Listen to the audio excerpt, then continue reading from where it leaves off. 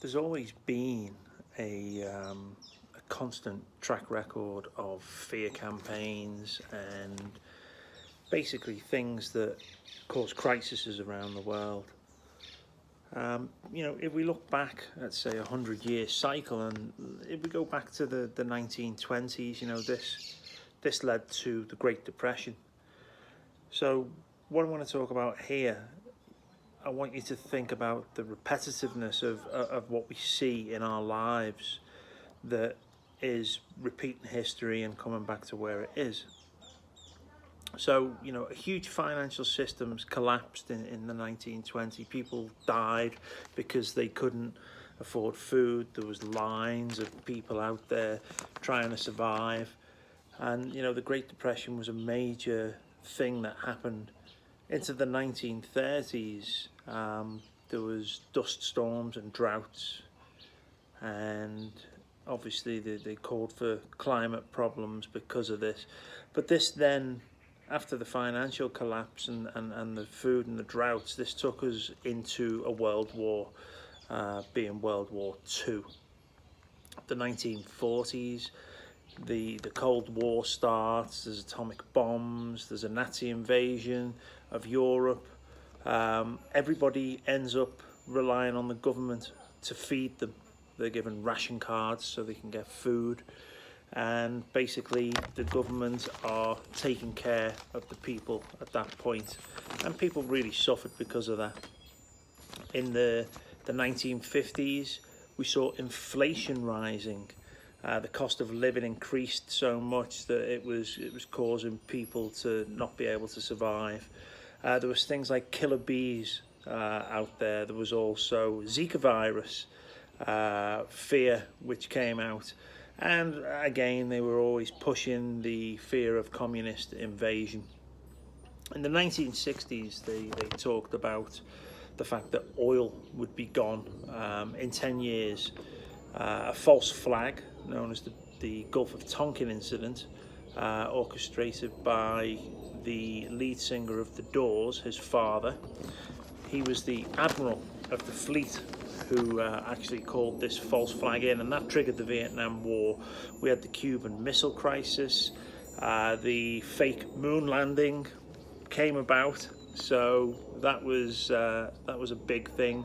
And John F. Kennedy was assassinated by a group of people involving the CIA and a lot of other people that really wanted him out the way because it messed with their business and wasn't good for the way they wanted to continue. The 1970s, they were telling us there was going to be an ice age. That was in 10 years. There was the Watergate scandal. There was fuel crises. Funnily enough, after the country was brought into a position of civil war and overthrow, Saddam Hussein became the president of Iraq, so he was strategically placed at that point. 1980s, they were telling us that acid rain was going to destroy the crops around the world and we would run out of food. Iran-Contra happened, where the government again were shipping arms down and drugs were being brought back, and this was all exposed. There was hearings over that. There was a great movie about it, which I would recommend anybody seeing. The Falklands War happened against Argentina. People need to consider why the British actually wanted this small island, and I still think it was for its strategic location to Antarctica. Things like the Bhopal chlorine gas disaster happened with the leak there. Chernobyl, putting fear for nuclear problems, that happened. Space shuttle exploded, and George Bush Senior was elected, so the start of that family reign came into place. 1990s, they were telling us that the ozone was disappearing. The Gulf War happened. The USSR breaks up as a country, and Bill Clinton is elected to the White House. And need to say no more about that guy. The false flag of the Oklahoma bombing happened, Kosovo War, and it was the first time with stocks that the Dow Jones actually breaks 10,000.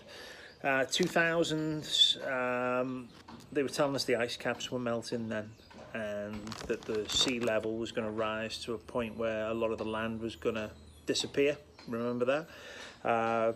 The Y2K computer scare, they didn't think that we could cross over with computers from 1999 into 2000 because of something they called a millennium bug, and that was quite funny.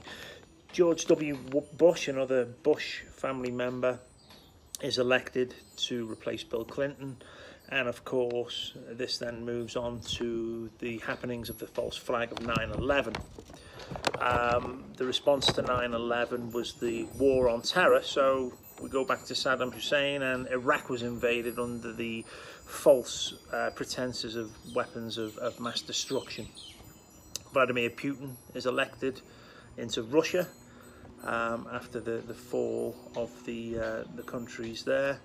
And, you know, the dot-com bubble is another financial burst into the dot-com bubble goes down. The cover-ups of paedophiles were exposed. A huge tsunami, a huge event. It hits Asia, killing lots of people.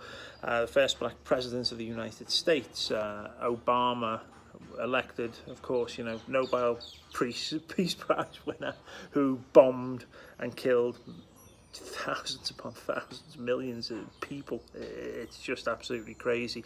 One of the major significant things I remember was the 2008 financial crash, of which I still think the bubble was just patched up and hyperinflated to where it is now. What we're sitting on now is unbelievable.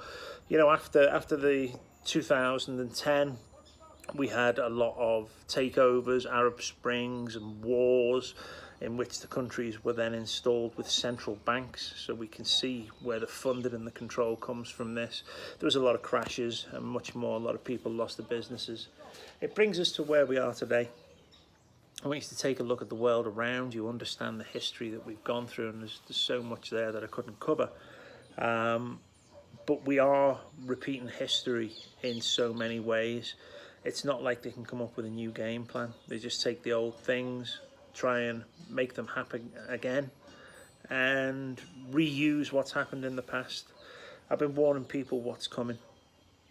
If people don't choose to listen and people don't choose to believe what we're saying, or even dip the toe in the water and go and do a little bit of research themselves, I can't help you. I can tell you how things have gone down in the past. I can give you a good inclination to how things are going to go down in the future. Just take a look, guys. It's your life, it's your family's lives that you're going to be protecting moving forward. Take care, everyone.